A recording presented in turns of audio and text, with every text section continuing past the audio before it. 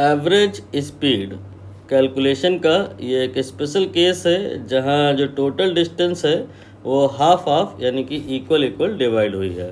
तो करना क्या होता है, हमें यहाँ पे सबसे पहले 2 लिखना होता है। जितने पार्ट में डिवाइड हो रही हो उतना लिखना होता है। यहाँ 2 पार्ट में डिस्टेंस डिवाइड हुई है, हाफ हाफ हुई है, तो 2 लिखेंगे और फिर v है, v here is average speed जो कि हमें निकालना है।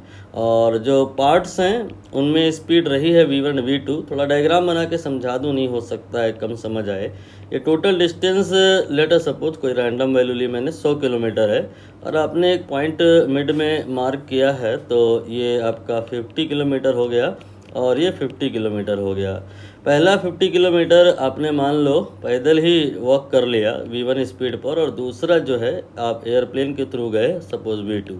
तो होल ऑफ द जर्नी जो एवरेज स्पीड रही होगी उसको निकालने का प्रोसीजर है ये कि आपने 2 लिखना है और फिर डिवाइड बाई v लिखना है। v here is average speed जो कि हमें निकालना है, और फिर ये जो वैल्यूज़ हैं ये ऐड होंगी लेकिन रेसिप्रोकल होके यहाँ v1 होगा और यहाँ v2 होगा।